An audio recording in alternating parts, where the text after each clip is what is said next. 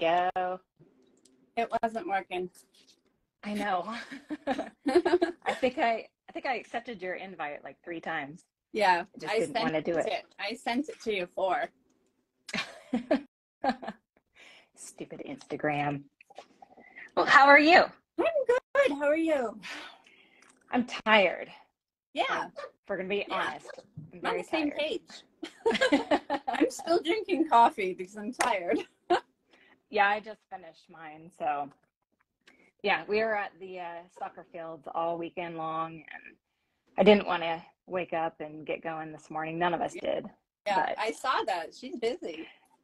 yeah, so our middle daughter she's on 4 separate soccer teams, and then our other 2 they're playing soccer too. So we had 4 games on Saturday, and then we had 3 yesterday.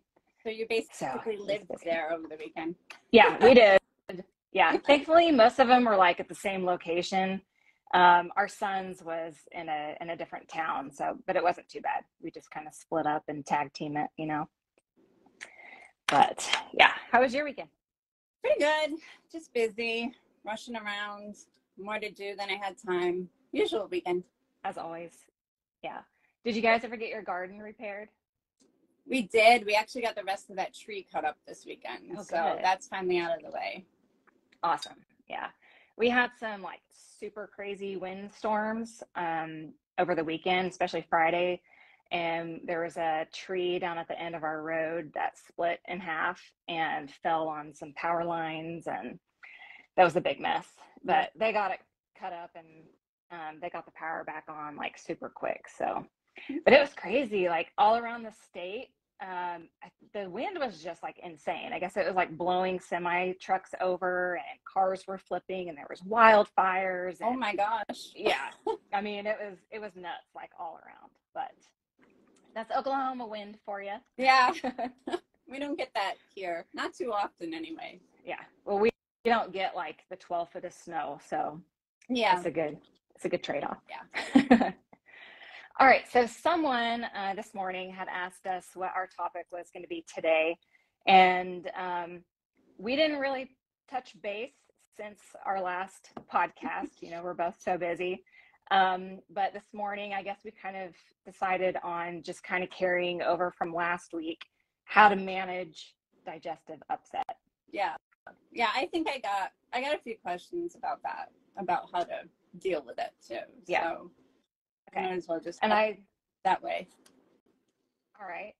I guess, do you want to start off with, I had the topic off the top of my head, but now I can't think of it, of course. I guess not talk about how to deal with the digestive upset initially, maybe. Oh, yeah.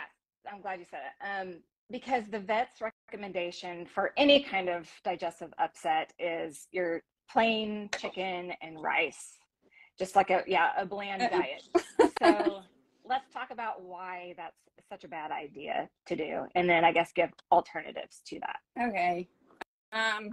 Yeah, I would say no to the chicken and rice, even though it's very popular. It's just, in my opinion, it's a really bad fit for the situation. It can give you kind of that Band-Aid effect initially of slowing things down, maybe looks like it's helping, but both of those foods are pretty inflammatory foods. So when you're dealing with digestive upset, to throw foods that are inherently going to be more pro-inflammatory at the situation just doesn't really make sense to me. So, I mean, and I wrote something about this a while ago. My recommendation instead of a chicken and rice diet would be something like a white fish and like a butternut squash combination, or even pumpkin if you don't do squash. But I like the squash a little bit better just because it's a little bit less high glycemic of a food. I just can't do the rice with dogs and cats that have digestive issue because it's just going to feed that inflammation. It's not, chicken is probably the most problematic protein when you go to feeding, when you get into feeding raw diet or fresh food or cooked food or whatever. it just tends to be, you know, the chicken that most people are sourcing is going to come from the supermarket, and it's going to be very high in that pro-inflammatory omega-6.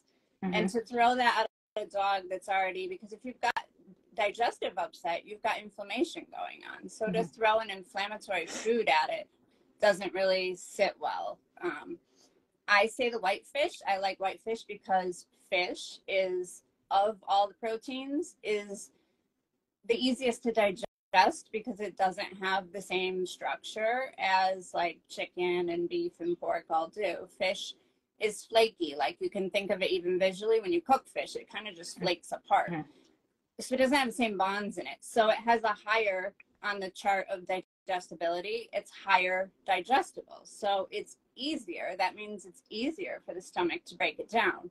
And if you're dealing with digestive upset, you want something that's really easy for the stomach to break down.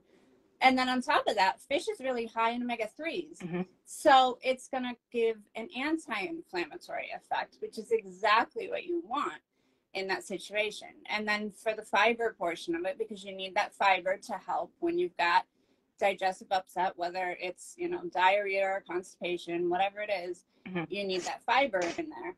So I like, for me, the best fit is a butternut squash that's cooked, just because it's really high in that in the type of fiber that you're looking for, and but it's not super high glycemic, so it works really well. It's not going to give any excess inflammation. Most dogs like the taste of it, which obviously helps. If they're not feeling well, they might not want to eat much. So that also helps the situation as well. I think those combinations are a better fit than the whole chicken and rice. Just everything about that just doesn't really, I know it's popular, but it just doesn't sit right. And, you know, you might see that initial, I just call it a Band-Aid effect, because you do get an initial reaction of like maybe the diarrhea slows when you feed it, but you're not seeing the long-term implication of like, because sometimes people need to feed a bland diet for a week. Well, maybe by the end of the week, you've messed things up internally in the gut by feeding all that rice and everything for the entire week. Yeah. And kind of going back to feeding a species appropriate diet, rice is not an appropriate food. You know, like you said, it's high glycemic, and it's one of those foods that absorbs everything, you know, from the ground. And there's a lot of arsenic content. Rice in loves arsenic. It sucks it up. I mean, you look at dogs that eat rice-based kibbles, and they just have high levels in their blood of arsenic from consuming that, even in that highly processed form. So, you know, they're still getting it. They're getting it when they eat the fresh rice too. Right. And so pumpkin, I see a lot of people feed pumpkin, and pumpkin is good. I do think that is kind of like the immediate Band-Aid effect, because it will fix, you know, the stool. Yeah. But I do think that the squash will literally do the exact same thing as the pumpkin. I mean, they're both squashes. They're just, and they both have, you actually get a little bit more fiber from the butternut than you do from a pumpkin. And vitamin C, right? Yep. Yeah. So that's important to help boost the immune system while it's dealing with digestive upset. And I mean, you can use pumpkin. Pumpkin's okay. I mean, I don't say like no pumpkin. It's okay. I just think the squash is just like that much better, you know? Yeah. So if you can get butternut squash, do that. If you can only get canned pumpkin, then that's fine too. Either way, it's better than chicken. Yeah, and make sure rice. It's the plain. I've had people accidentally grab pumpkin pie filling. Yeah. No. Yeah, just plain pumpkin puree. Or, you know, make your own. Go get a pumpkin and bake it and make your own. Someone's asking about sweet potatoes. I'm not a potato fan when it comes to. I'm not crazy about them. Starchy. I mean, I wouldn't use it in that instance. I would stick with a squash in that instance, not a potato. Yeah, for inflammation and again, you know, we don't really know what's going on in or I guess the reason for the digestive upset. So if it is like a yeast issue, even though sweet potatoes have less carb content than like a standard white potato, it's still starch. and It's could still gonna feed feed. and Yeah, it's still gonna feed the feed them. yeast. Excuse me. And then people can use some herbs. I really like marshmallow root and slippery elm bark. And so the reason for this is because, it creates that mucilage, which is just like a gel-like coating. And that really helps ease the inflammation throughout the whole digestive tract, as opposed to just kind of fixing the constipation or diarrhea. It's actually helping reduce inflammation. Yep. And it'll Um, help both. They'll both help both yes. diarrhea or constipation. All right. If you were to buy fish like whitefish from the store, is it true you have to keep it frozen for a certain amount of time before feeding? I mean, So, wild fish, if it's wild caught, most fish, I mean, unless it truly says it's fresh fish, was frozen before it gets to a grocery store. yeah. If it's wild caught, then you should. I mean, just buy it. I just buy it frozen. Yeah. Like you said, people aren't going to be buying like market fresh flown in, Yeah. that day. It's a little pricey. So most of the time when you are getting fish, it's flash frozen immediately. Mm-hmm. It's been frozen for several weeks. Yeah. So I think Yeah. you A could lot eat of it. the like fresh fish in the grocery store, if it's been frozen, it's just been thawed and is sitting there, and it's not truly, a lot of it's not true unless it says fresh never frozen on it, which there Right. is some fish that will be labeled as fresh never frozen, and in that case, yeah, wild fish, I would freeze it. Just overcautious. I mean, the chances of them actually getting something from it are pretty slim, but overcautious, freeze it. And so people probably want to know, do you feed the whitefish raw or do you cook it? Cooked. I would assume Cooked. cooking. Yeah. Cooked. Yeah. Cooked. Yeah. And the reason for that is just digestibility, right? Yep. So we want to lower the inflammation, make it easier to digest. Yep. It's already broken down. Yep. Okay. All right. And so let's talk about some reasons for digestive upset.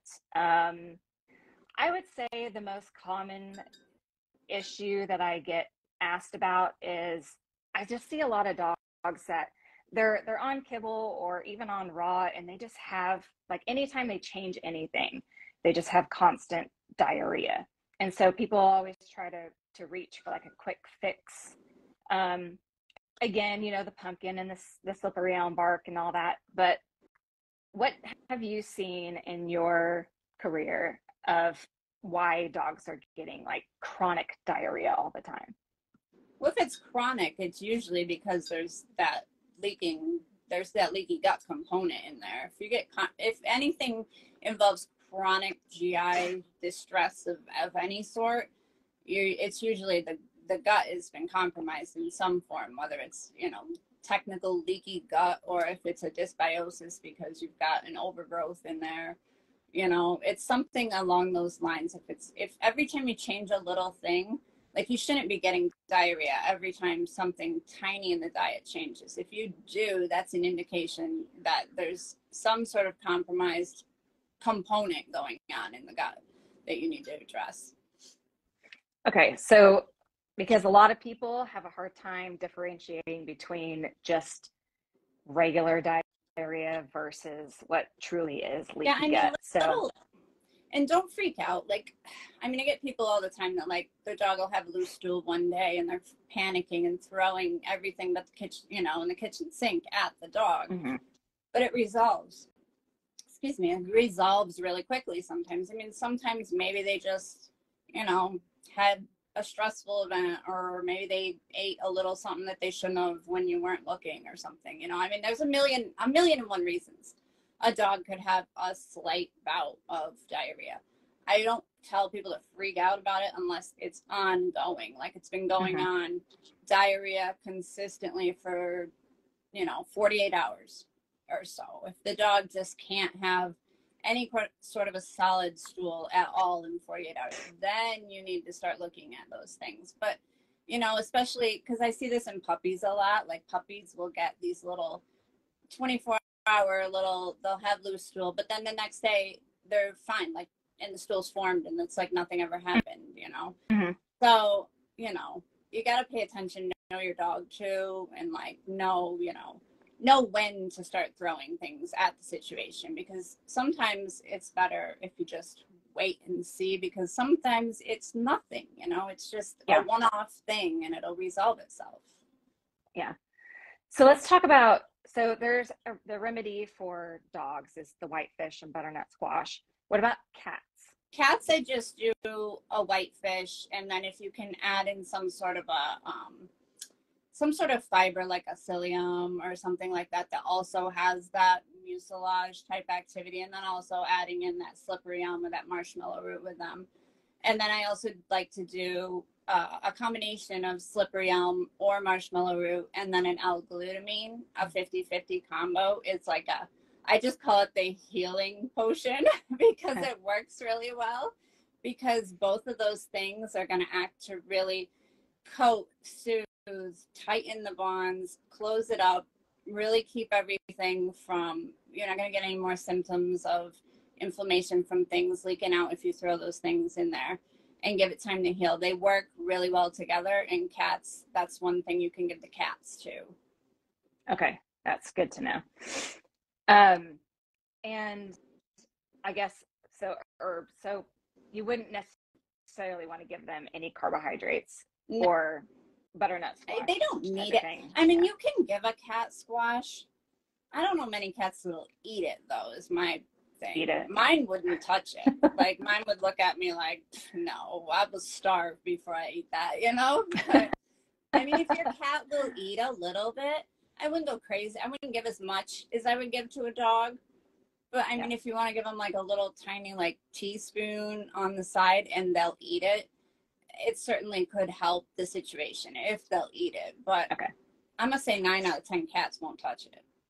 Okay. I've never even attempted to give our cat anything like that. So I was just curious. My cat because won't touch it. Okay. I mean, because, you know, I've seen a lot of kibble, because kibble has to have starch in order for it to create the nugget. And I see cat kibble with fruits and vegetables and stuff in there. And I was just curious cats about that. Can still get some of those antioxidant benefits, but like powdered stuff is all I can get into my own cat. Like, he's not going to eat. I mean, you said your cat would eat strawberries. My cat won't eat. My cat won't do that. Yeah, mine they're weird. They're just, I don't know. He acts like he's hungry all the time. So well, my cat's like he would weird. He loves, like, if we eat Mexican food, he's in our face trying to like eat it off the plate. He loves hot food, like spicy food. I don't know what it is, but my cat will like take your hand off to get something spicy from you. He's crazy. I don't know. I feel like cats must not be able to fully sense that like burn, because he will eat the hottest shit. Like, it's weird. Ours always goes for like popcorn or like the Cheez-Its, you know, something cheesy. He always goes for. Or when I'm cutting up like the venison and stuff, they love the venison and fillets and stuff like that. I let my cat eat off those carcasses when Dexter's not chewing on it. I let the cat chew on it. That's awesome. Comical to see little cat chewing on that big thing, but I know. He needs little lion. A bath afterwards though, because he gets in it and it's gross. I haven't even attempted that. Our cat doesn't go outside. I think he'd freak out being out there. It would just stress him out more than anything. Okay, so other things that can heal the gut is bone broth. And is that something we should be giving cats too? Because technically, you know, they don't drink a whole lot, but it's still beneficial. Yeah, absolutely. I give bone broth to my cats. Okay. And I guess kefir is another good one. It's got probiotics in it. It can help. It can help depending on the issue. Like if there's a yeast issue causing the GI issues, I'd stay away from that. But so let's talk about how people can like differentiate or try to track down what the root cause is. I mean, there's so many, you know, various things that could be going on. So let's talk about just some of the main ones. So like vaccines are a big one that can, you know, disrupt the gut. So if you haven't changed anything else in the diet and you've given a vaccine or even some kind of medication or flea and tick medications, and then you're seeing diarrhea, that's usually a good indication that that is what's causing it. Yeah. All those environmental toxins in general, you know, the stuff that they can come into contact with through their paws, through the environment, any of that stuff can disrupt it. You know, it might not be immediate, but like long-term build-up over time can disrupt the gut. Like you said, the vaccines and the chemical warmers and flea and tick and heartworm, even all of those things can disrupt the gut. So, you know. So I guess people really just they just need to pay attention to what is in their surroundings, what they're feeding, and then just try to figure out, you know, how their pet is reacting to it. Again, so if it's something like a quick onset, it's usually something like that. But if they're gradually, or if they're having diarrhea or constipation over a really long period of time, that's more of like a leaky gut issue. Yeah. Okay. All right. So, and I think we covered, you know, leaky gut pretty well on the last one. You want to go ahead and start answering some more questions? I only got 4. I got a list. Okay, we can start with those. Let me get my list. All right. Let me make sure there's aren't any more up in the comments real quick. Yeah, that's it. Okay. All right. So first, what do you use for tick protection? So I'm going to let you talk about that because you have a product that's good. So I live in Oklahoma, and we live on 15 acres. Most of it is super tall, tick-infested grass. So there's no amount of any kind of conventional medication or natural anything that's going to keep ticks off of him if he's in it. I mean, I can try to use a topical spray and everything that I can, but it's so infested with ticks. It's going to happen. So if I can keep him out of the long grass, I can drastically reduce the flea and tick. Even when I didn't have my pets on Bug Off, which is my product, when they were on conventional medicine, if they got in the tall grass, they were coming back just like handfuls of tick on them. Yeah. I was pulling like 10 off every single time they were coming in and out from outside. And so that's when I like raged the war on ticks. I was like, this is not doing anything at all. So then I formulated Bug Off. And so its intention is to boost the immune system, because their immune system is the best defense that they have against flea and ticks, or parasites, any kind of insects. And then it slowly alters their scent. So it has a lot of aromatic plants in it, like nettle and neem and the black pepper and cayenne, and there's sage and basil. All of those have natural defense mechanisms against pets. And so when your pet ingests that, it slowly builds up in their bloodstream. And we can't smell the difference, but insects and other pets can smell the scent change. So that's the intention behind my product, is to boost their immune system and to help alter that scent to try to keep the pests off in the first place. But you can use things like topical sprays with essential oils. You just have to make sure that they're sourced really well, organic, that the product is really well diluted properly. Yeah. And that they're safe. I just recommend you make your own, like get a good essential oil. And then with oils, I also like to make sure you match it to the pet too, because there's so many different essential oils that will help repel fleas and ticks. Mm-hmm. Some are going to work better with some pets than others. So give them a choice. Like with oils, I always give my dog a choice. Like I let him, if he has a very, like if I let him smell, like open a bottle of a good essential oil and let your dog just, well, if they come to it and smell it and they don't like react badly, like if you see your dog back up or making a face or like licking or pawing at, sometimes they'll paw at their face. If they don't have a good reaction to a scent, they'll do that. So you don't want to go putting something like that directly on your dog because they have such an intense sense of smell that putting that on them is going to distress them, which is, you know, that's not good. That's not good for the dog at all.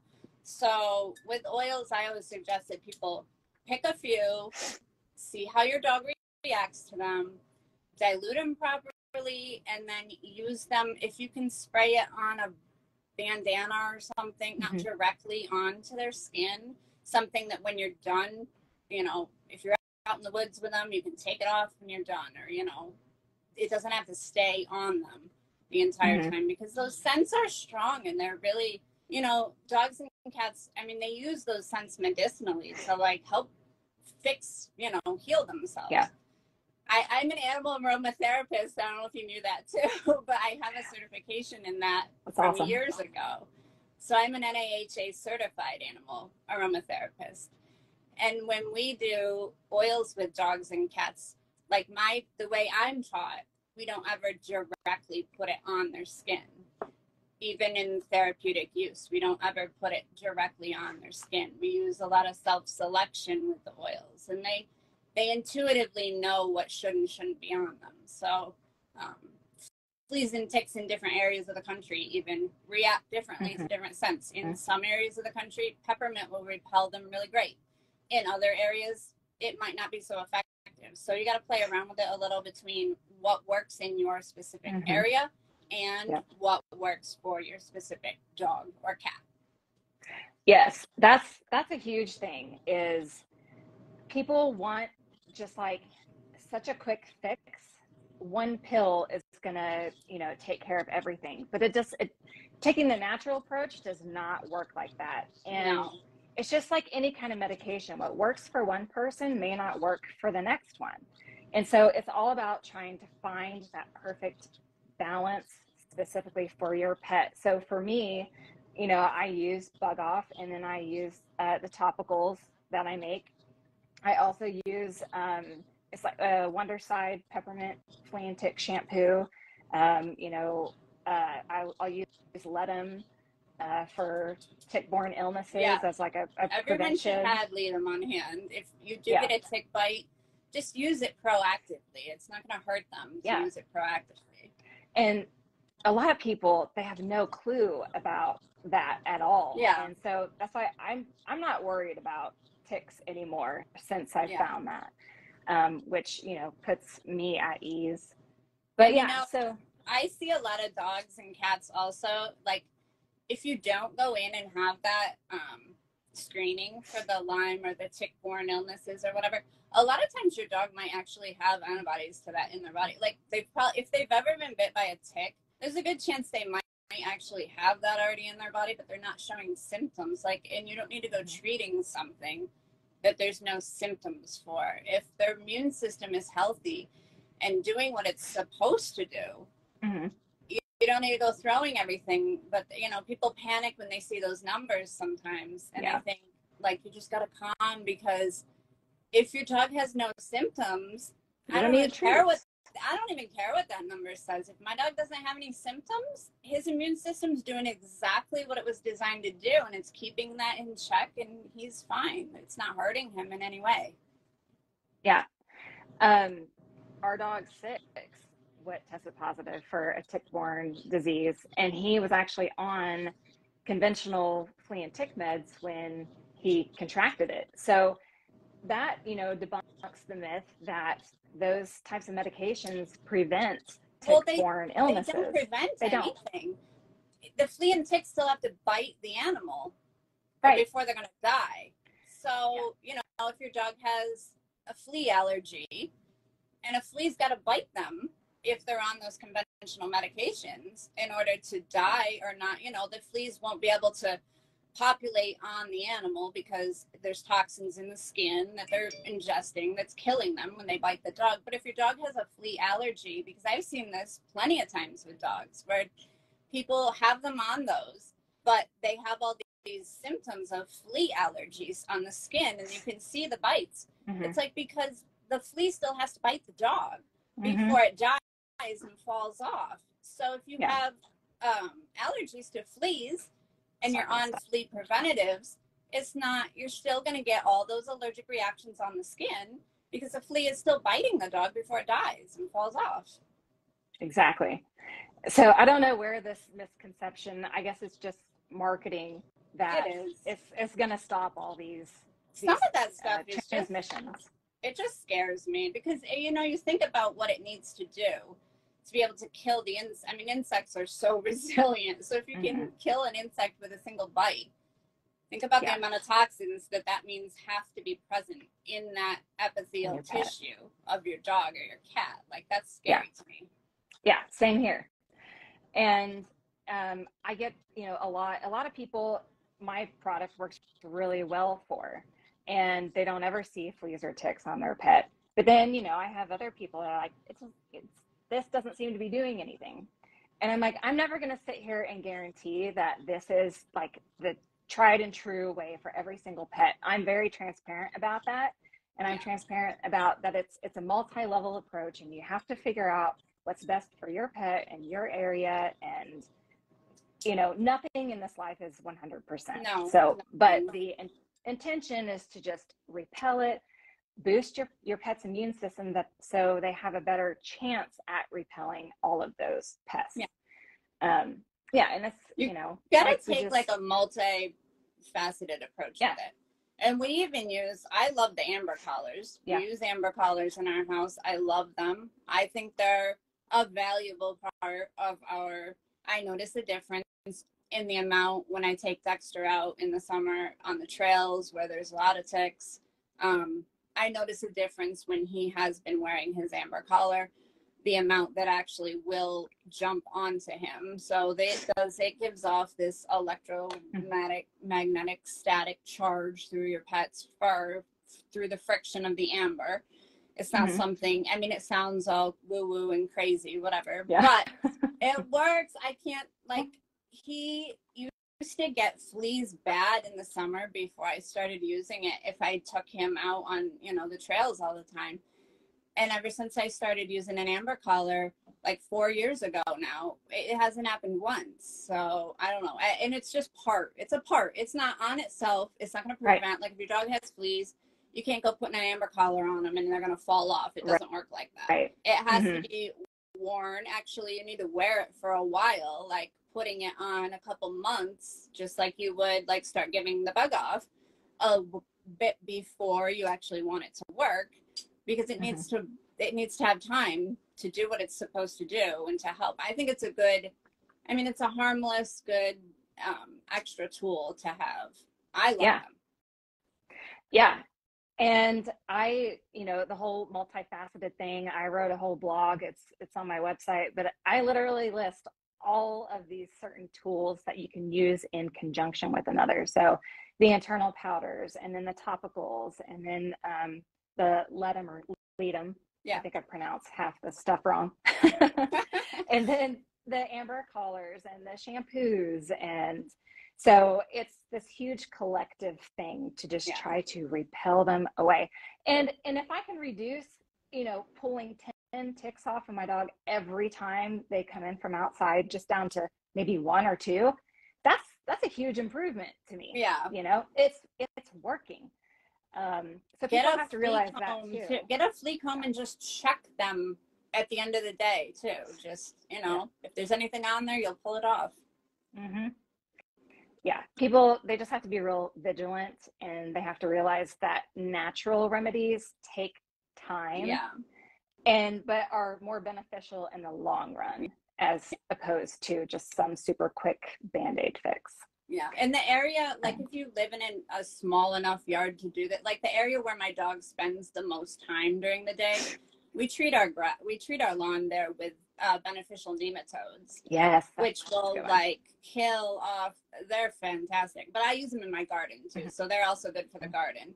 But we started doing that, and my mom had a huge tick problem at her house, and she started treating her whole property with them once a year. Gone. Mm-hmm. Like never saw another flea or a tick again. So Yeah, they're another that's great awesome. tool if you've got. I mean, if you have hundreds of acres, you obviously can't go Right. pouring nematodes everywhere, but Yeah. you have to do it once a year. This time of year in the spring, you put them out, and they naturally, they don't hurt anything in the environment. You can't see them. It looks like you're buying a cup of dirt. Right. So the first time I bought them, I was like, I think somebody just screwed me. Like, this is a cup of dirt. But they work, and they're like a vital part of. They're just something I just do every year now. We put them out there where, because during the day, the area that he's in the most outside, Mm-hmm.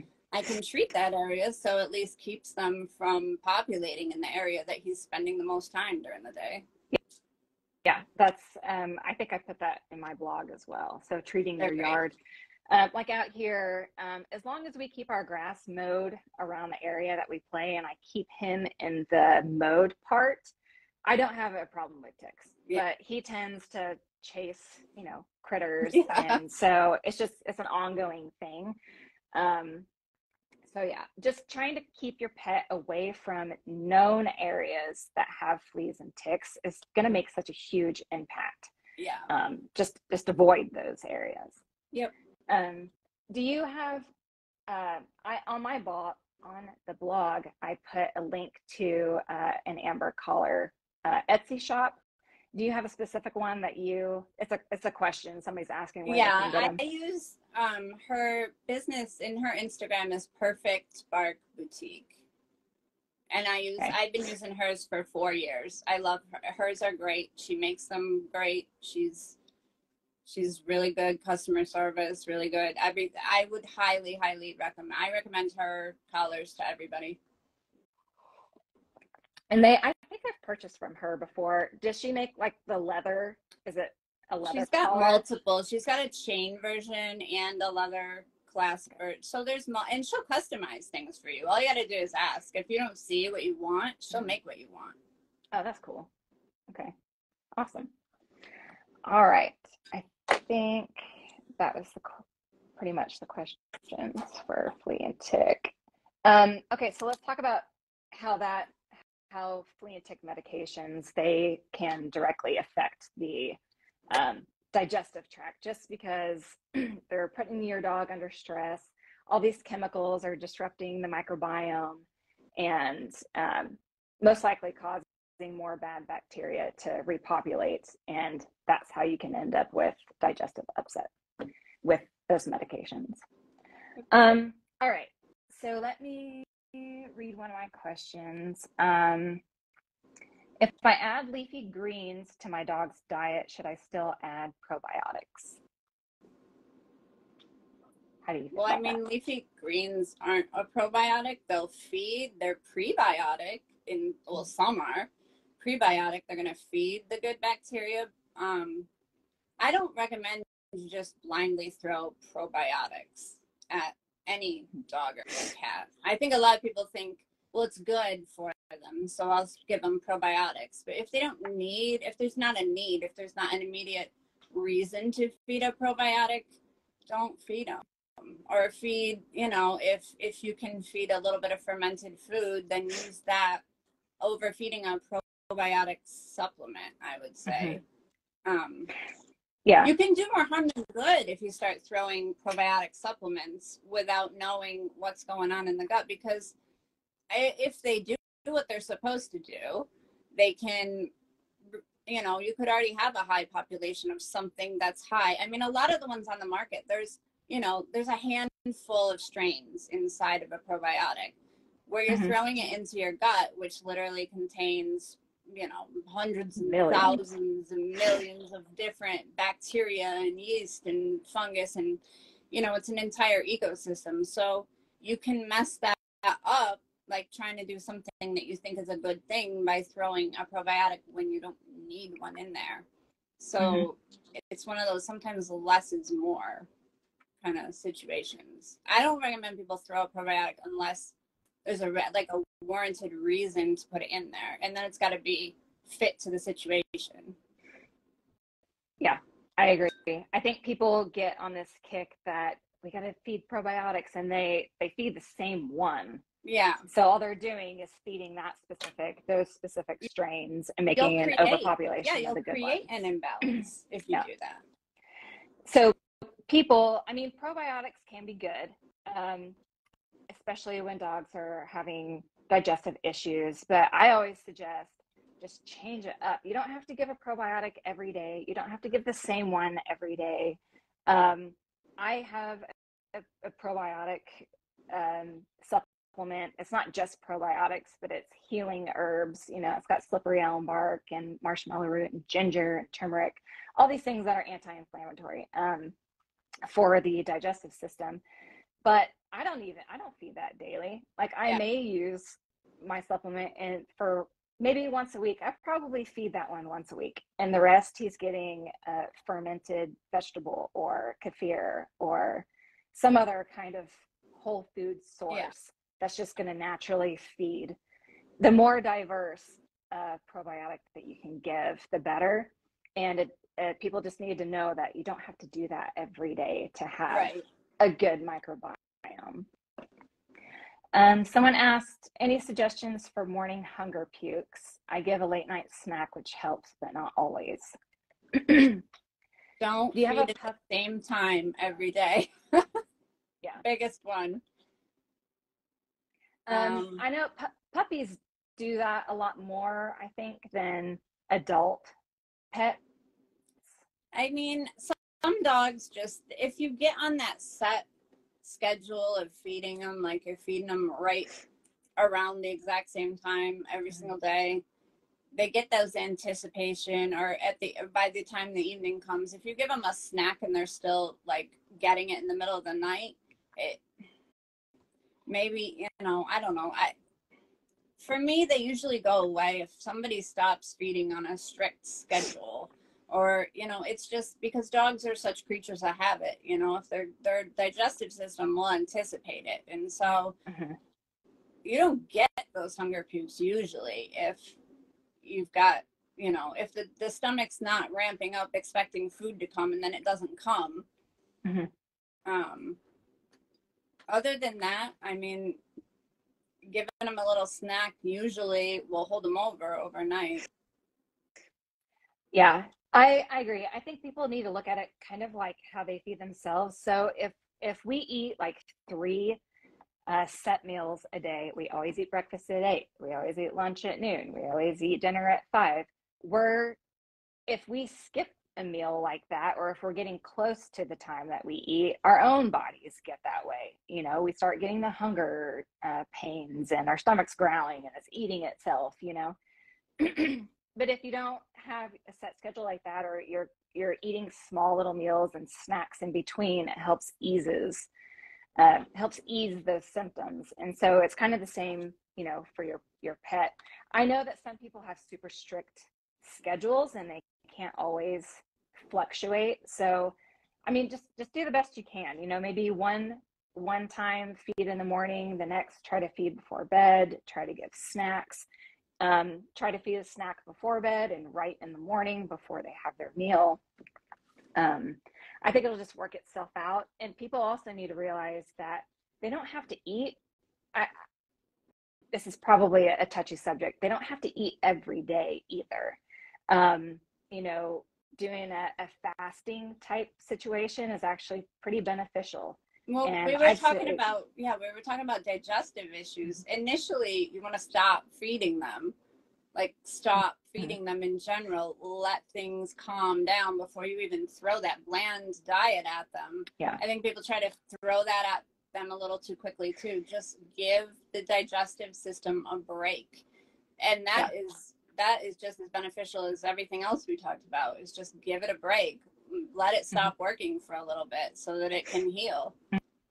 And so, and it's okay if your pet misses a meal every now and then. Again, it's going to help them not anticipate their food. It's going to let their bodies rest and relax and reset and let the inflammation go down. All right. Somebody asked, dog has soft poop with mucus slime. What should I do?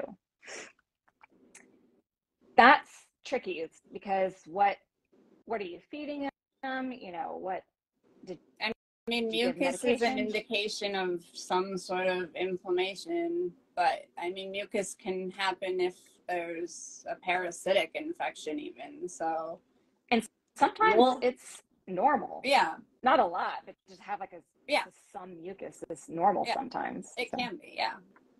So I guess in order to help this person, we'd have to know more detail.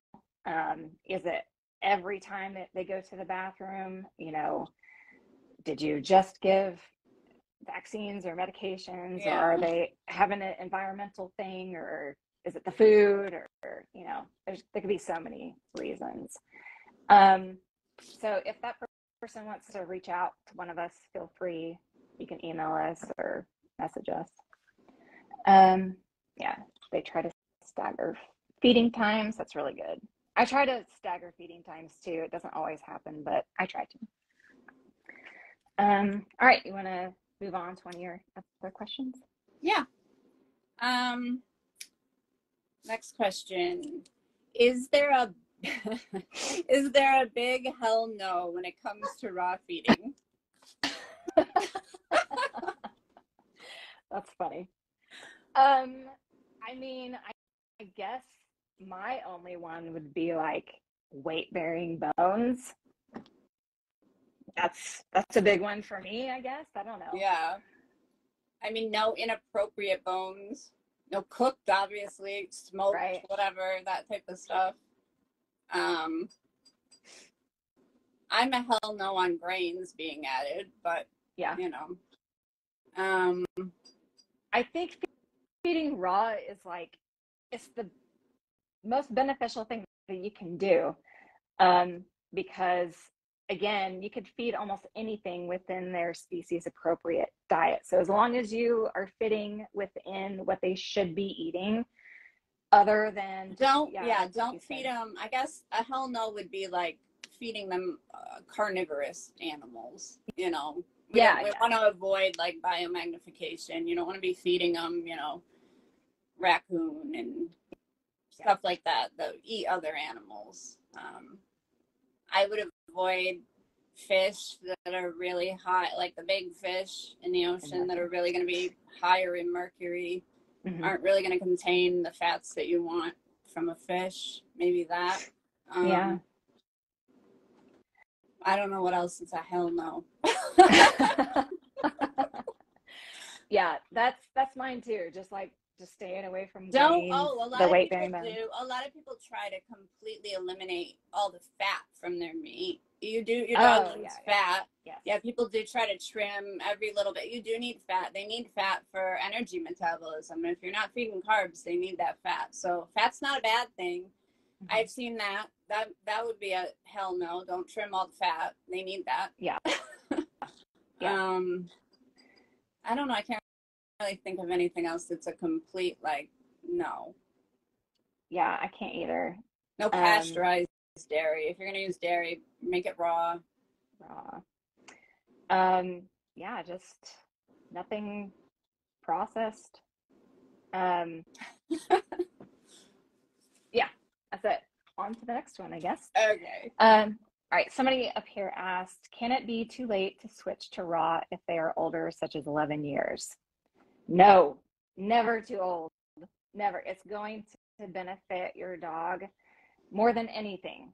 So even if you're feeding kibble is such a dead food. There's no energy to it. They completely cook everything out, and then they try to add back in all the nutrients through usually synthetics.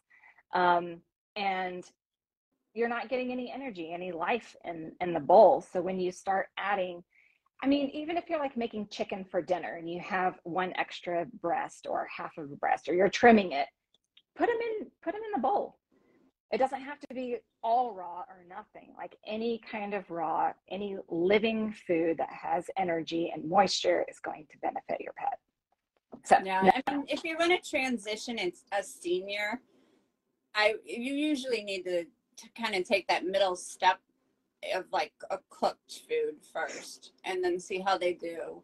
If they've been on, kibble for 11 years, you might not even make it full raw for the dog. It could be a partially cooked meal, just because at that point the system is so used to having to, use up its enzyme reserves and everything, so that things can be a little taxed.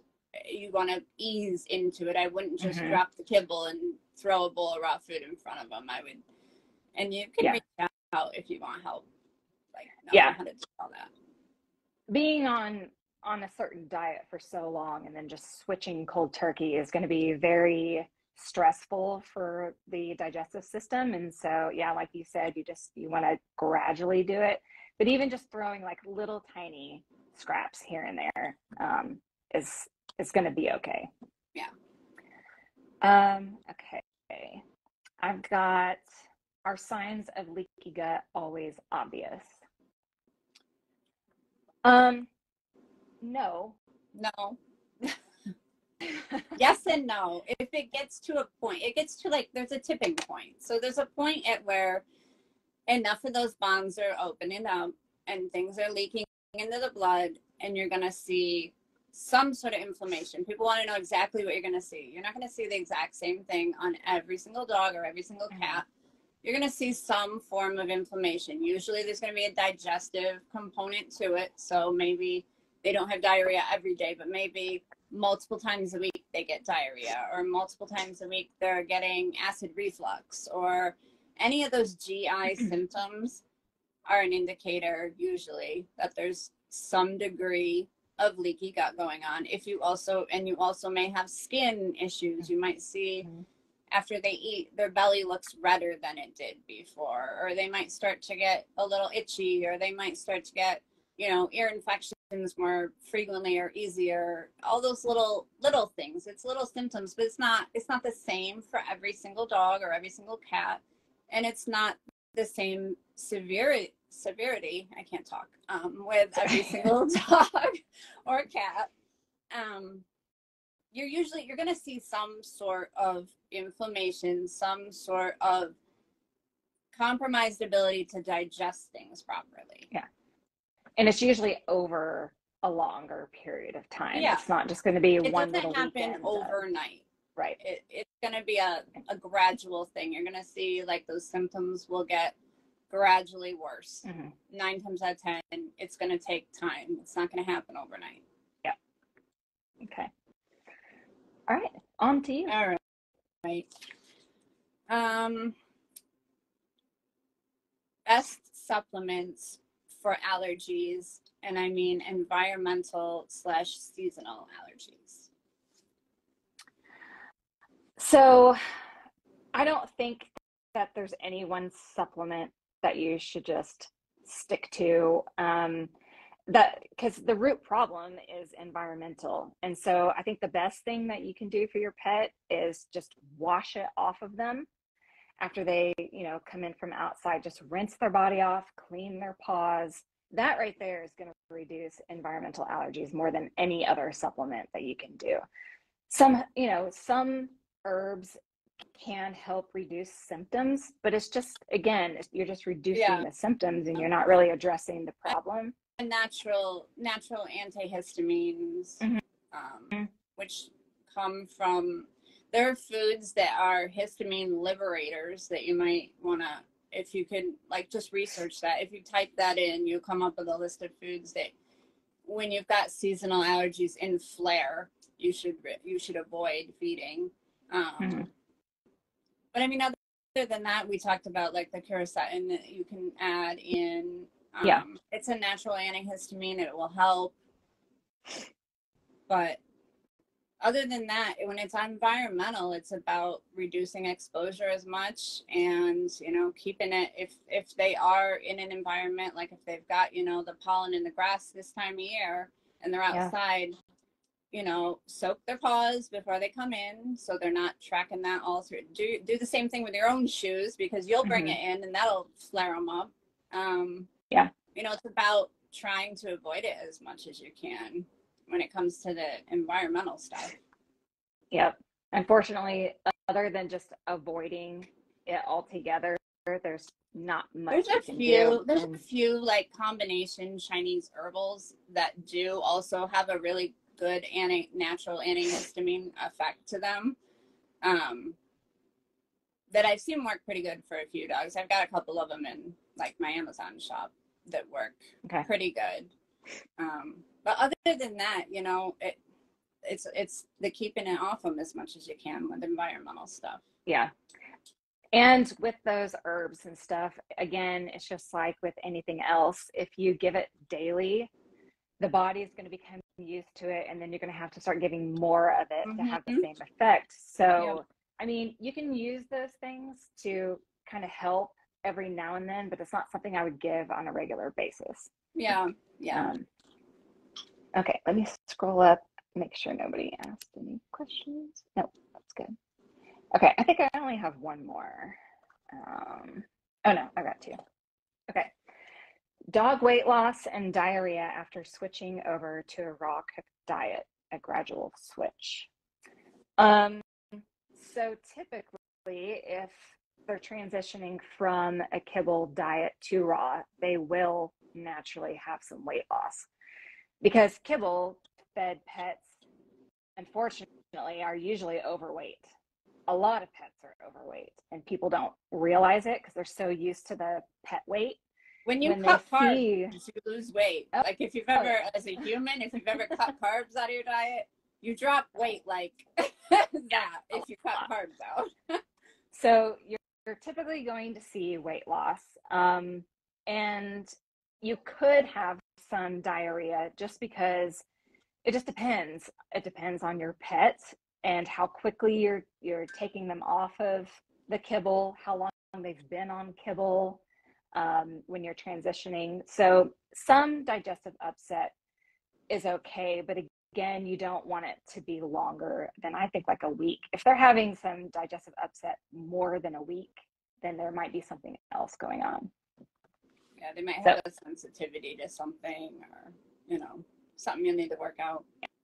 Yeah. But yeah, I think it's pretty normal that you're probably going to see some weight loss and possible diarrhea, but it should resolve itself as long as it's not ongoing. Yeah. Okay. All right. How would you prep a DIY raw for seniors losing muscle? Well, muscle deteriorates as you age. It just naturally does. So the big component is you need the quality protein. It's a big mistake that I think like processed foods make, where they reduce protein a lot of times in the senior formulas, where you actually need more protein the older you get, because you need that protein to keep that muscle from wasting. You see it in the kidney disease diets too. They reduce the protein, and then those animals, because they're usually senior animals that develop the kidney disease, then you reduce the protein. Well, now you end up with an animal that's body literally starts cannibalizing its own muscle tissue to keep up with its demands, because dogs and cats have high demands for protein, utilizable, bioavailable protein. So I would say, a DIY diet for a dog that's a senior and, needs, to keep, you can maintain it to a point. At some age, you're going to have a little bit of muscle loss just due to age. Right. But that high quality protein that you're going to get through the meat and the, all the appropriate foods that you're going to feed that dog, I wouldn't do anything necessarily special. I don't think. I would just, feed that dog those foods and make sure that that dog is getting sufficient amount of, good high quality protein in its diet. I agree. And I think they still need to offer pieces that have cartilage and tendons and all that connective tissue, because that's what's going to help promote building more collagen Yeah. and building more, muscle mass. And again, having the bone content, proper bone content, is going to be the whole thing with, and I did a lot of research into it too, because on the move with my joint supplement, and I was like, why are the joints degrading the way that they are? And typically, it's bone loss and it's muscle loss and it's collagen. As we get older, we lose all of these things. And so, and our livers start declining as well. Just our organs are taxed. And so all these toxins aren't being filtered out properly and they get trapped in the joints, and that's what causes inflammation and then pain. And so if we can do things to help, add these things to their diet, it's going to help promote all of these healthy benefits to support the joint from degrading even further. So yeah, just high protein, make sure there's, you're offering the tendons and the cartilage pieces as well.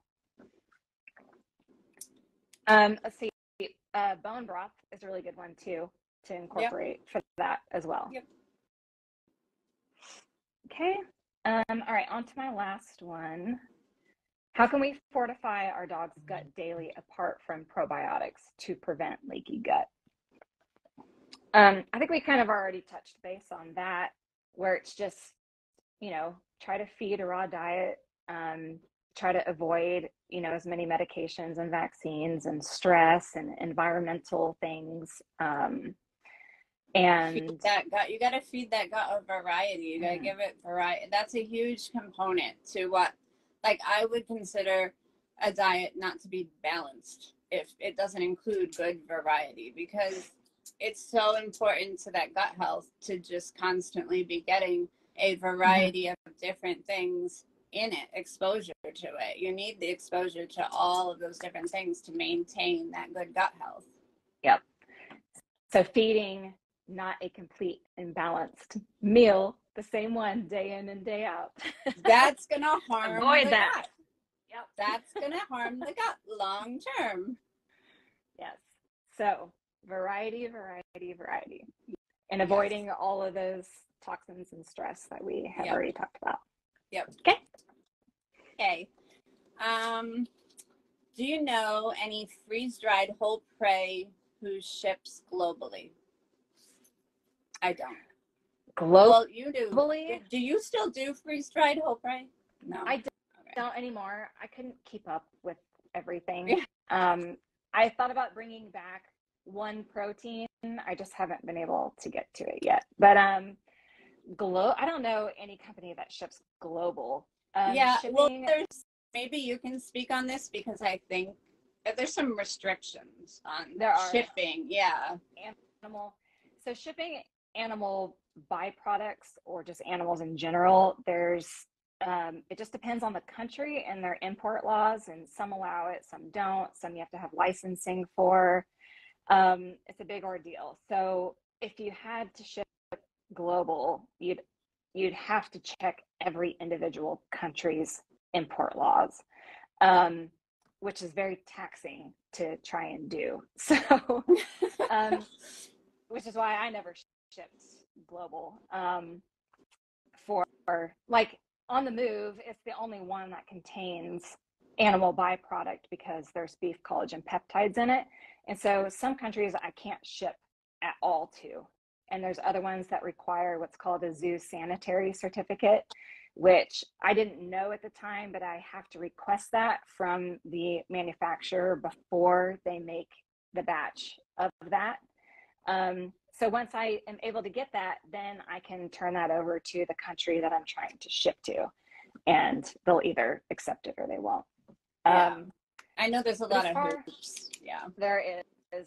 It's just shipping international in general. It's such, you want to pull your hair out. Yeah. But as far as freeze-dried whole prey in the U.S., I think does Primitive Choice still ship? I believe so. Freeze dry? I think so. Okay. There might be a couple other ones, but I don't really know off the top of my head. Freeze dried. I don't really know freeze dried, and I definitely don't know where because this person says they're in Israel, so Oh, I yeah. wouldn't even remotely know. Me either. Sorry.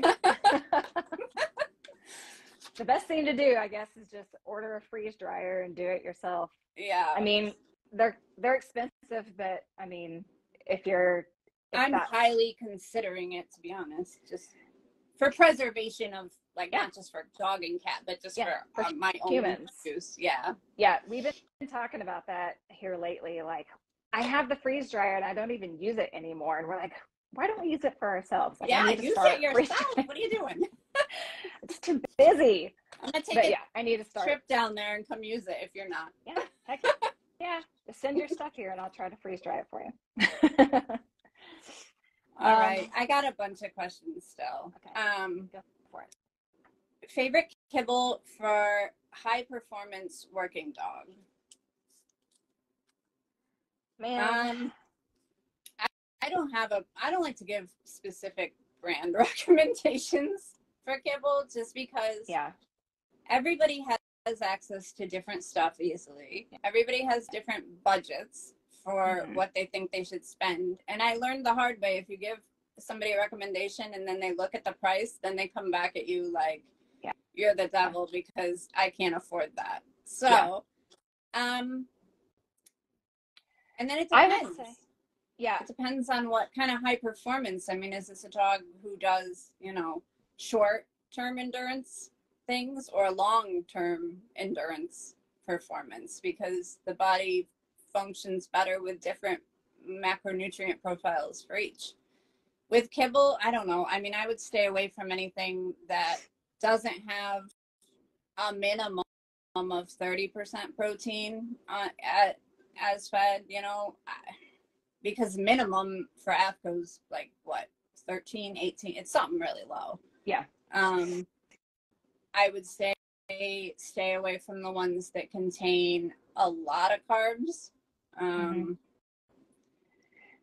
Here's my thing.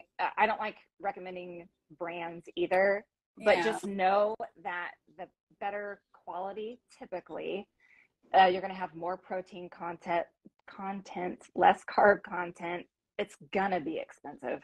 Yeah, it's flat out. It's going to be expensive. So I think the best thing for people to do is just pick a kibble that's in their budget. Try to do the best that they can within their budget, and then just add raw food on top of it. Yeah. Well, I think the thing is they make so many kibbles anymore that are marketed as performance or high, working dog. It's a bunch of marketing. BS is what it is.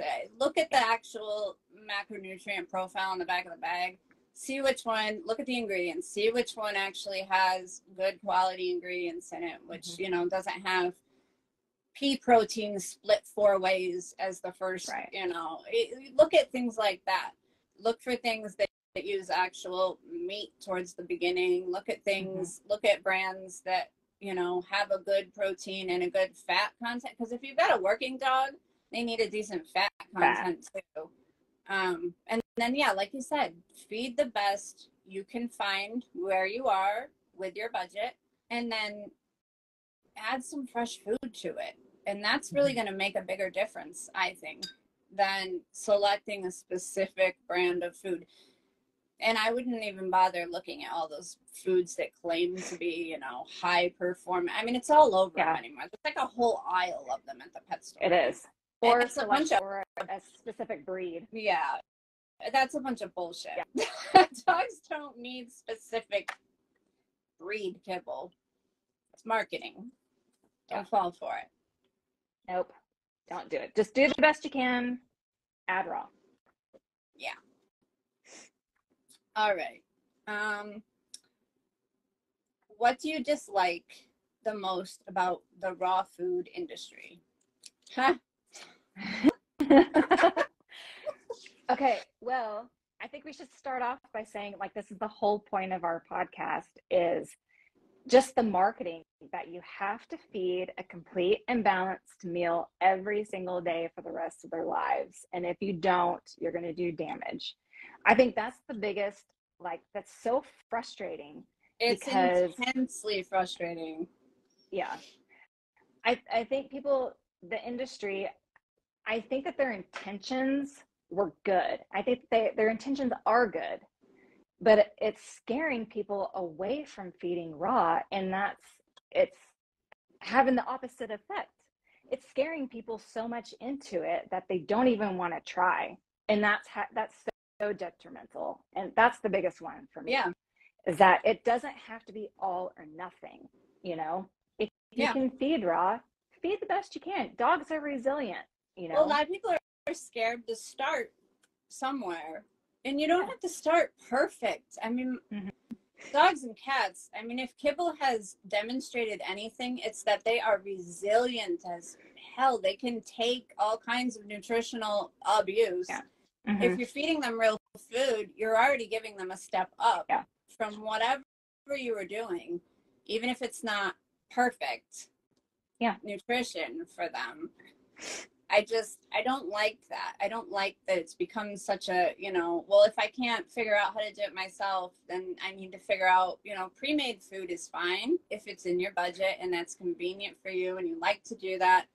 But even then, I would say, like, people ask what pre-made foods to feed. I would say don't pick just one. Don't, Mm-hmm. like, pick multiple brands that you can afford, because they're all formulated differently. I mean, Mm-hmm.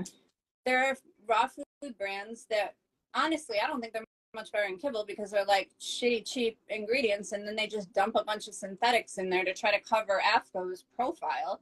To me, that's Yeah. like this much better than kibble, maybe, Yeah. because it's not, it's not really optimal nutrition either. Is It's better in that at least it's fresh, I guess, and at least, Yeah. it's not full of, all of the nonsense that kibble comes with. But there's different degrees of, food when it comes to the raw side too. So, and Yeah. there's so many companies, I think, trying to jump on the bandwagon as quick as they can, and they're cutting corners. And I don't know, I guess that's another thing I like about, if they mean industry is in that part of the industry.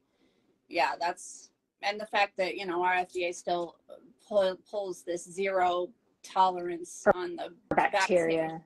You Yeah. can't have food and not have some bacteria. I mean, my gosh, we allow it in our human food Yeah. chain, but to say that you can't have it in a dog food or a cat food for an animal that can literally handle consuming bacteria is Yeah. just absurd. That part of it I hate. Yeah. Yeah. The government, um, just the way that they, here in the US anyways, the way that they handle food is just, it's scary. It's mind blowing. Yeah. Because like you said, not being allowed to have any kind of bacteria content in an animal food. I can understand humans. We're not, we do need bacteria, but not in that kind of, our digestive systems aren't meant to handle it as Yeah. well as animals. Well, they But say for us with meat, well, it's because we're going to cook it, so it'll kill it, right? So, yeah, but I mean, just use proper food handling techniques. yeah. Just wash your hands. Yeah, Wash your hands. It's very simple. Yeah, it really is. Just wash your hands. Yeah, I think that's probably the biggest one for me, is just the scare tactics, and it's just leading people away from doing better for their pets. Mm-hmm. And the whole reason why we want to go into raw food is that we're taking back control over their food, but then now we have to go through another company to feed a complete and balanced thing, which is taking control away from us again. Yeah. You don't have to do that. Yeah. No. Nope. Okay. I think that covers it. Okay. Any recommendations for cats and dog nutrition courses with certifications online? All right. Yeah. So we touched on this earlier, because this is kind of how it sparked our little podcast again, because I was taking a nutrition course that I really did truly love. It taught me how to formulate, whereas no other course that I took did. Like, it was a super basic, these are the nutrient requirements that your pet has to take and or meet. And then boom, I finished it in a weekend, and here I am, a certified nutritionist. This other course that I was taking was more in depth. It taught me how to use a program in order to meet all these nutrient requirements, and taught me how to use the appropriate foods to meet those requirements. However, that course itself was not accredited. So even though I spent all the time and the money on it, my certificate that I received was null and void. And so that was frustrating for me because I felt misled, and that's just an unfortunate thing that happened. And that's when I called you, and I was like, can you like lead me to the right course, because I want to know that I'm doing it correctly. And then that's when this kind of spiraled. You're like, listen, you could take all these courses and it doesn't mean anything. Like you can be People need to self-taught. understand that this is a completely unregulated. Anyone who calls themselves a nutritionist is just calling themselves a nutrition. Maybe they've taken courses that are technically certification courses online, but it's an unregulated industry. Literally anyone who has an interest in nutrition could call themselves a nutritionist, and there's nobody coming along to tell them they're wrong or stop them from doing what they're doing. And I've seen enough people take the popular courses and formulate and still have no friggin' clue what they're doing. Yeah. So why? I guess my question has got to be, why do you feel you need the certification? Some of the best people in this industry that formulate for companies and everything, I mean, have never taken any of those courses. They'll straight up tell you, I've never taken one of those courses. I took a bunch of them. I fell in that trap of thinking, you need to take all these things. I spent thousands of dollars, years of my life on those courses. And I really don't think I took hardly anything of value of what I use in my day-to-day practice from those courses. So I don't know if I could go back. I don't think I would even take them. Yeah. Maybe nobody would come to me. But you know how many people there are doing what I do, even on a commercial level, that have never taken a single certification online course? There's a lot. Some of the better people in this industry, some of the people, I mean, you can find anything, as much information on anything as you want in this day and age, online, in books. Use a mentor, go to somebody who has been doing it, ask them questions, find somebody who's willing to help you. I've got a couple people that I'm mentoring right now that want to get into it. So, I mean, there are courses online if you really want to do it, if you really feel you need those credentials, but just know there's not a lot of weight on it in reality. I think a lot of people that have taken it are scaring people into thinking if somebody didn't do this, they aren't qualified to help you. But that's not really the case. They're 200-hour courses, most of them.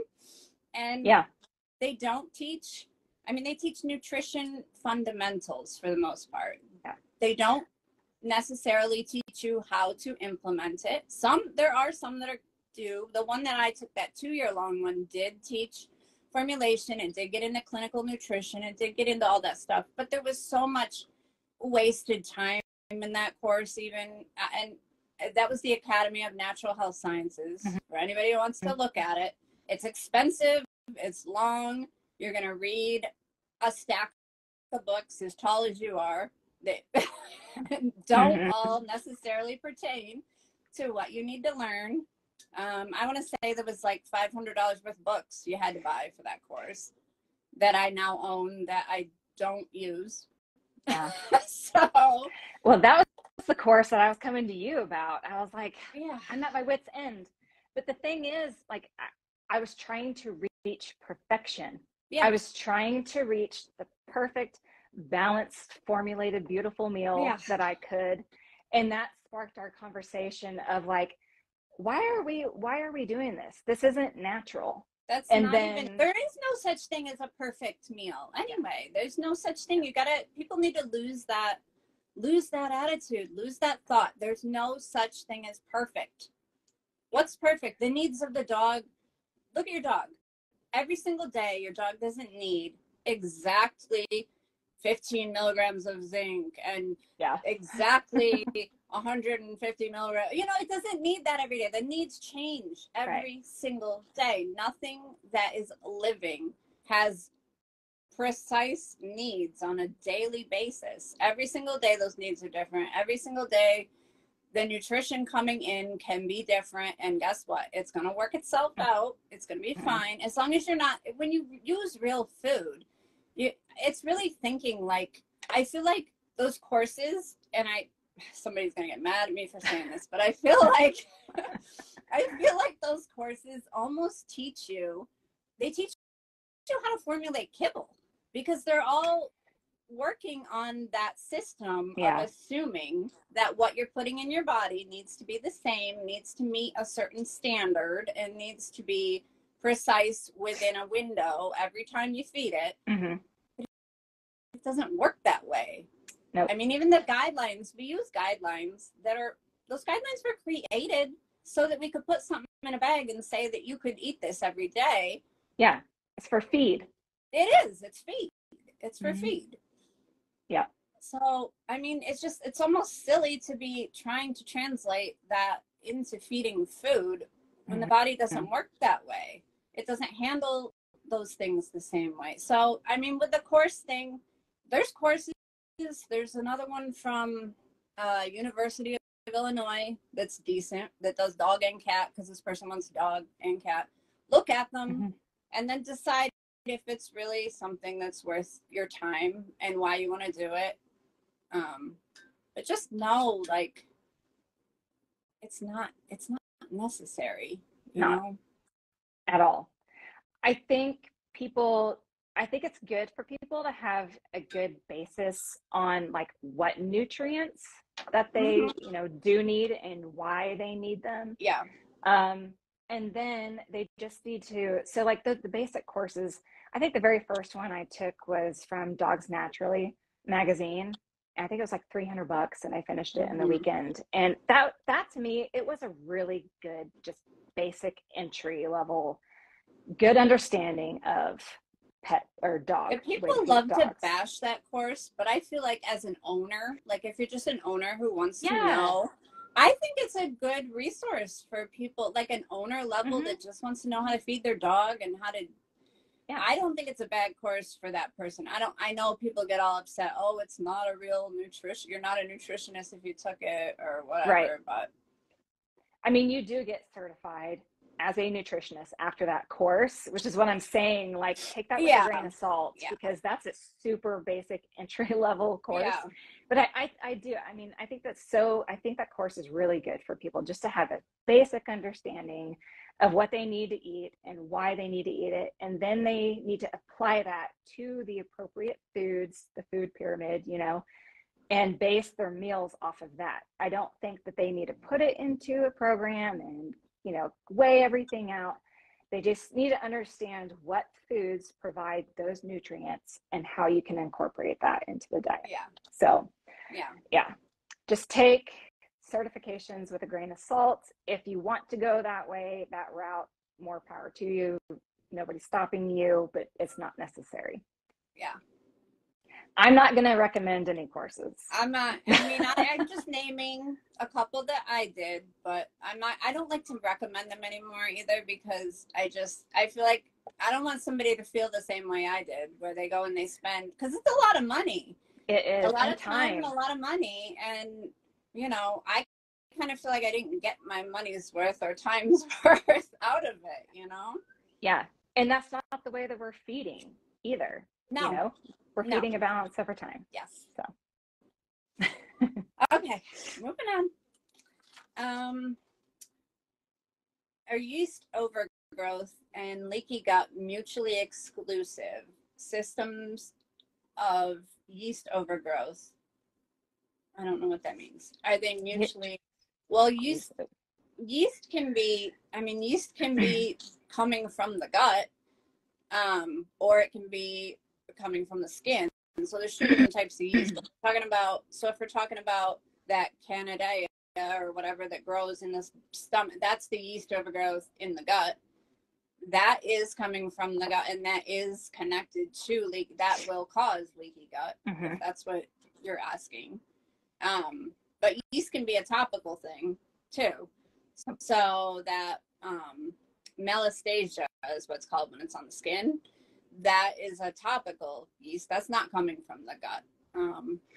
So that in that sense, it's not coming from. I guess I would need to know more about what type of yeast the dog has, what kind of symptoms they have, and whether or not figure out whether or not, because there's yeast, like yeast is naturally present within the gut, and the only time it becomes problematic is when you get a massive overgrowth. And there's about, of all the hundreds of strains of yeast that reside in there, there's only like 3 that become problematic when they overgrow. So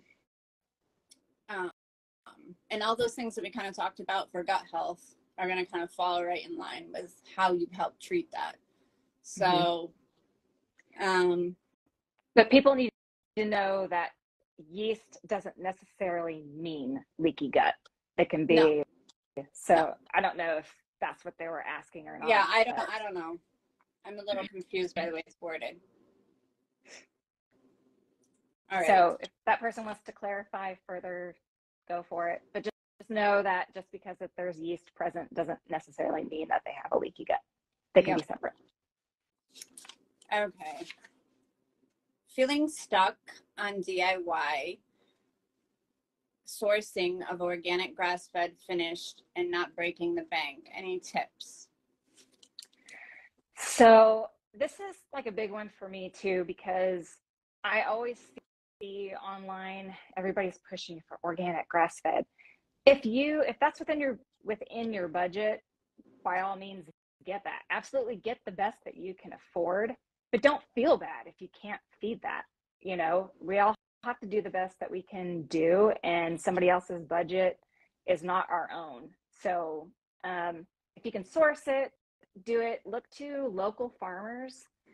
It's gonna be, I won't say cheaper than you can find in the store. Sometimes it is cheaper than what you can find in the store, but a lot of times it's not. But you can maybe work with them to see if you can get like the organs or all the offcuts that they're trashing. Yeah, that's definitely one of the things that I do, because I've made connections with a lot of the small farms or even just individuals that process animals maybe even once or twice a year. But if they don't use, you know, the necks and the gizzards and the livers and the hearts, if they don't use that stuff, a lot of times they're more than willing to either sell it to you for a really good price or even give it to you. I've had people do that too, that just don't want to see it go to waste. And that's a good way to get something that's going to be a better quality than what you're going to get like in your grocery store. Plus you're helping out your community. You're helping out small I literally farmers, went to the farmer's market and just asked everyone that sold meat if they sold those, and a couple of them didn't, but they said they could get those parts, and if somebody had an interest in buying them, they would absolutely sell them. So I mean, maybe just ask around, you know, even if, you know, if you can't do full grass-fed or organic or whatever, if you can get like the things like liver or eggs are a huge one. If you can get eggs from a local chicken, you know, somebody, not a mass-produced egg, you're getting so much more for your money than you are with that egg that you're getting in the store. So much more. And I would say I guess, would you say that being grass-fed and finished organs over the muscle meat is more important? Okay. I'm right there too. So and they're going to be cheaper too. The organs are definitely going to be more cost effective than buying a grass-fed and finished muscle meat. So that's where you can split the difference. So you can buy grass-fed and finished organs, regular commercial grade muscle meat. And just ask around. Okay. Opinion on cooked diets compared to raw. I think that that's probably individually, like it's based on the individual dog. Yeah. Because some and I guess the person too, because if you're immunocompromised, raw may not be the best for you, where you know might feel better cooking everything. You probably have more experience in this area than I do. Yeah, I mean, it's individual. I mean, there's situations where a cooked diet benefits a dog more than a raw diet, but sometimes it's a temporary thing where like a cooked diet needs to be fed till you resolve some issues, and then the raw diet can be fed, or even a hybrid. You don't have to go full one way or the other. I think people think you got to be like all or nothing with Mm-hmm. everything, and you don't. Yeah. If your dog likes, I mean, some dogs just don't want to eat raw food either. They don't like the texture of it, but they might like it. And just don't cook the shit out of everything. Cook things so that they're warm and cooked on the outside and still raw on the inside. And that does the trick for a lot of the picky Mm-hmm. ones that don't want to eat it. Yeah, just searing the outside of the meat. Yeah. It adds more aroma. It's more enticing. Yeah. Better texture, and then Yeah. the raw still inside. I think a lot of dogs, if they've been on kibble and you give them a bowl of raw food, they may not initially associate that as something to even eat, but they will associate it as food if you lightly cook it, because you cook things and eat it and they beg from you all the time. They're gonna associate that as being food, and they're gonna want to eat that. As far as the benefits, I mean, obviously when you cook something, you kill the enzymes in the food. If you cook the shit out of something, Too much. some people do. So, but as far as is one better than the other, it's individual. Most dogs, I'm going to say raw is going to be the best for them, obviously. Because the less we alter something, the better it tends to be, right? Just in general. Yeah, and you can always, and if your dog is on kibble and you're trying to transition to raw and they're not seeing that as food, then you can do like a gradual transition. So just lightly, sear or cook the food, and then over time, just do it a little bit less and a little bit less and a little bit less until they're on full raw. So, like you said, it doesn't have to be all or nothing. Just find out what works for your pet. Yep. All right. How to transition a 4-month-old GSD to raw? Well, that's specific. Well, I would say any puppy that's when it's, easy sailing to transition, usually when they're puppy. Puppies, I just usually tell people to slow transition even over a couple of days. Just slowly reduce whatever they're eating by a little bit.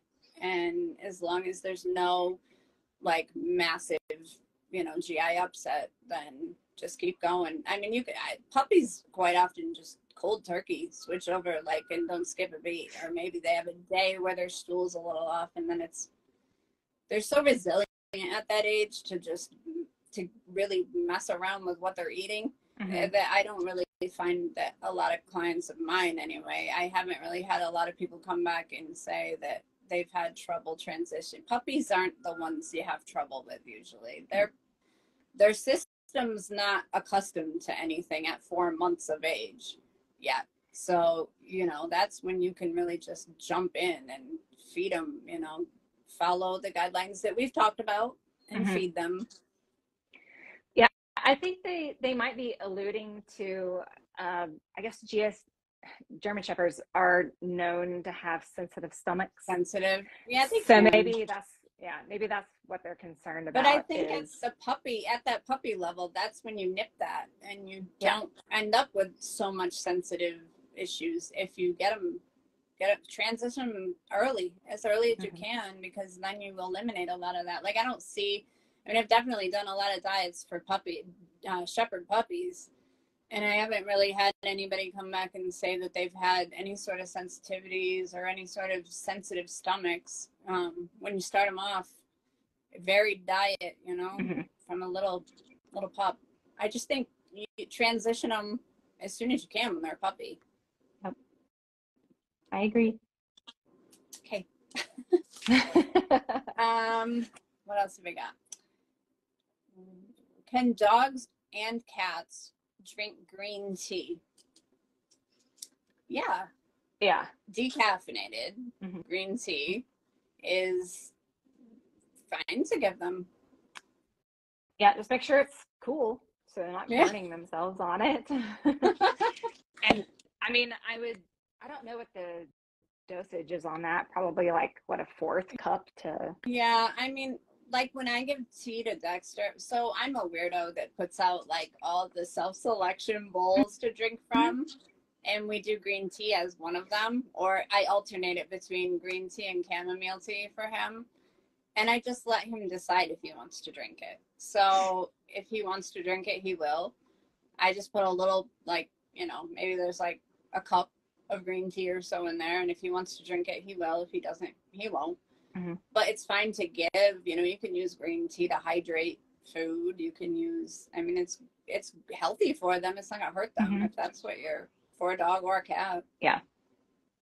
There's lots of teas, herbal teas that are really great for pets too. You just got, you know, you have to make sure that the herb you're using is safe for that specific animal. With green tea, there isn't really anything that's going to like interact with. Yeah. But that's a pretty safe choice. If you want to offer it, you know, offer it to them in a bowl. Make sure it's not too hot. And if they like it, offer it a few times a week.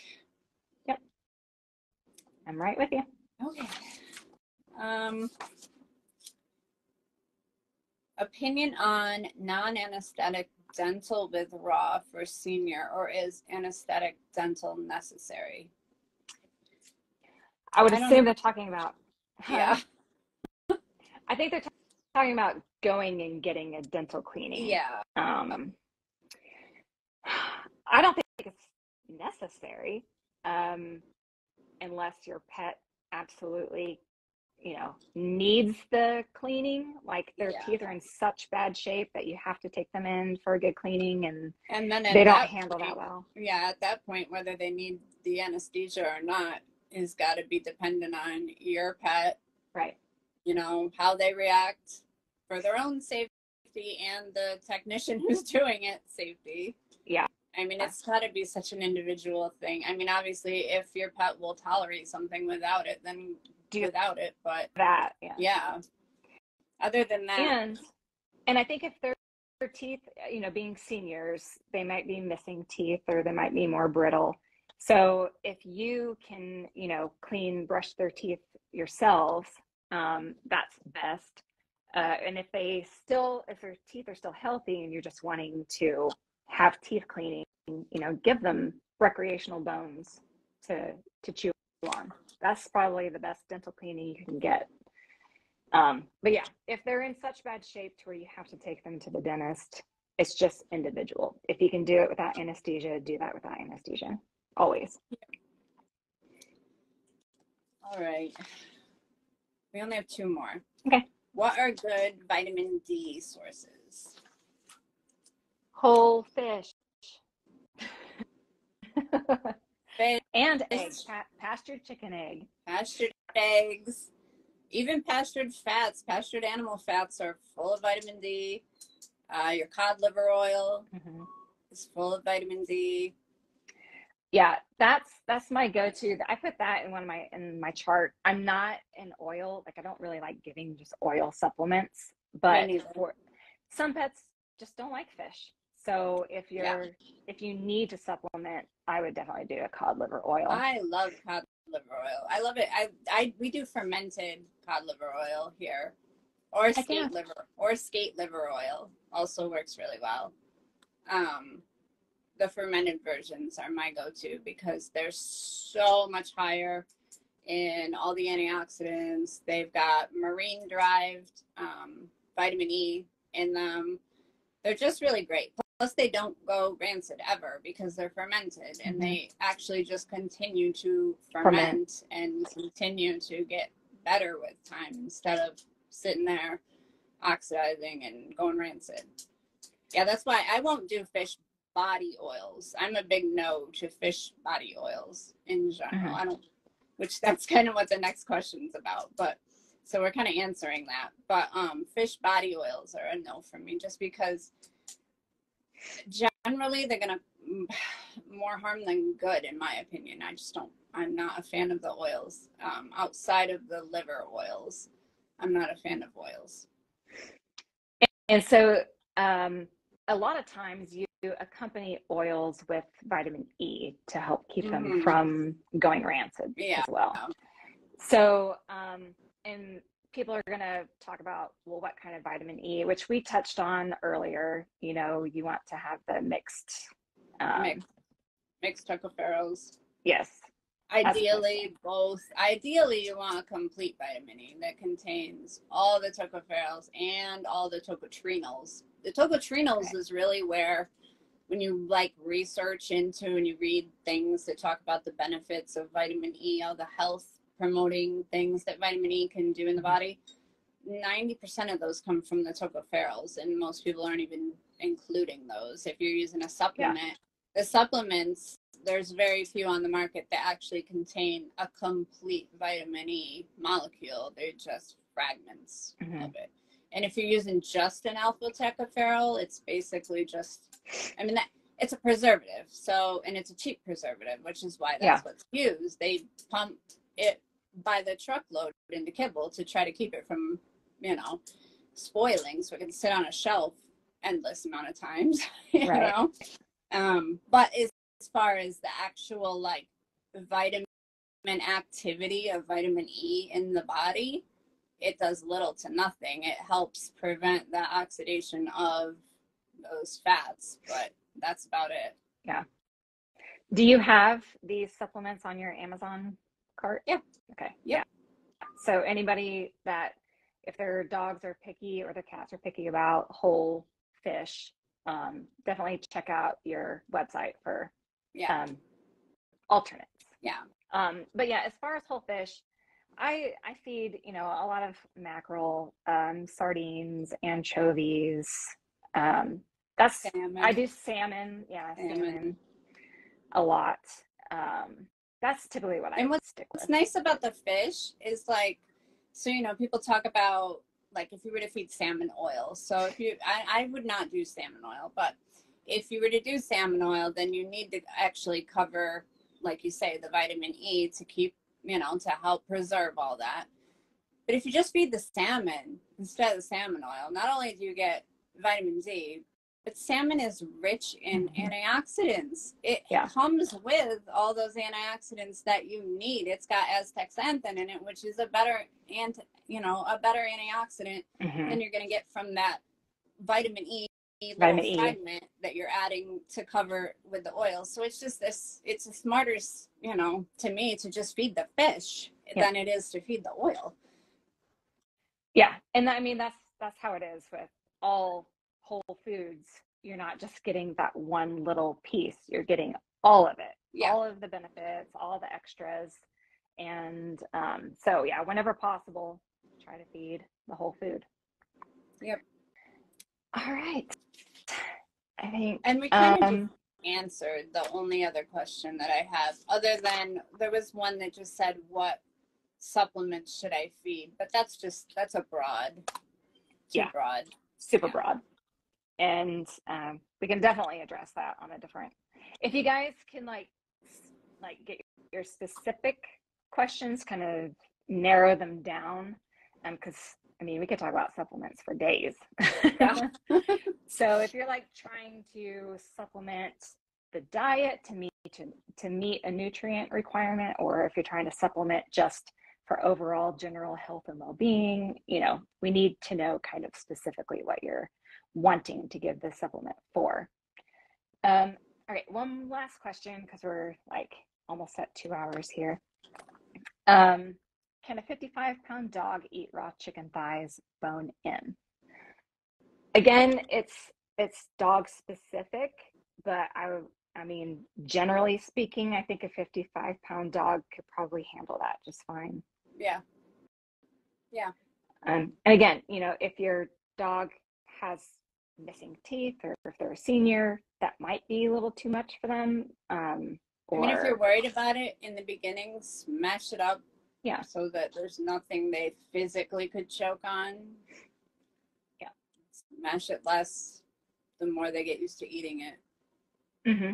And then just always monitor your pets Yeah. when they're eating.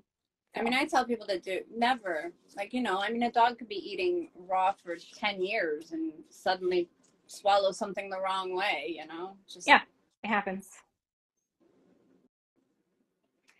All right. Well, I think we've covered a lot today. We should probably wrap it up. What do you yeah. think? Yeah. All right. I have my coffee and I got my water and I've got to go to the restroom. So, all right.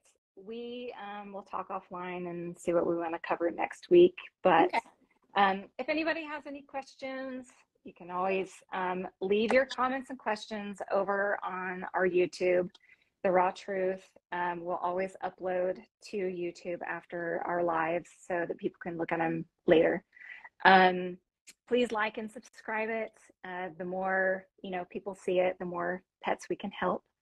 And I guess that is it. Erin, thank you for the chat. I hope you have a good week. Yeah, you too. Thank you. All right. All right, we'll see everybody next Monday. Bye. All right, bye.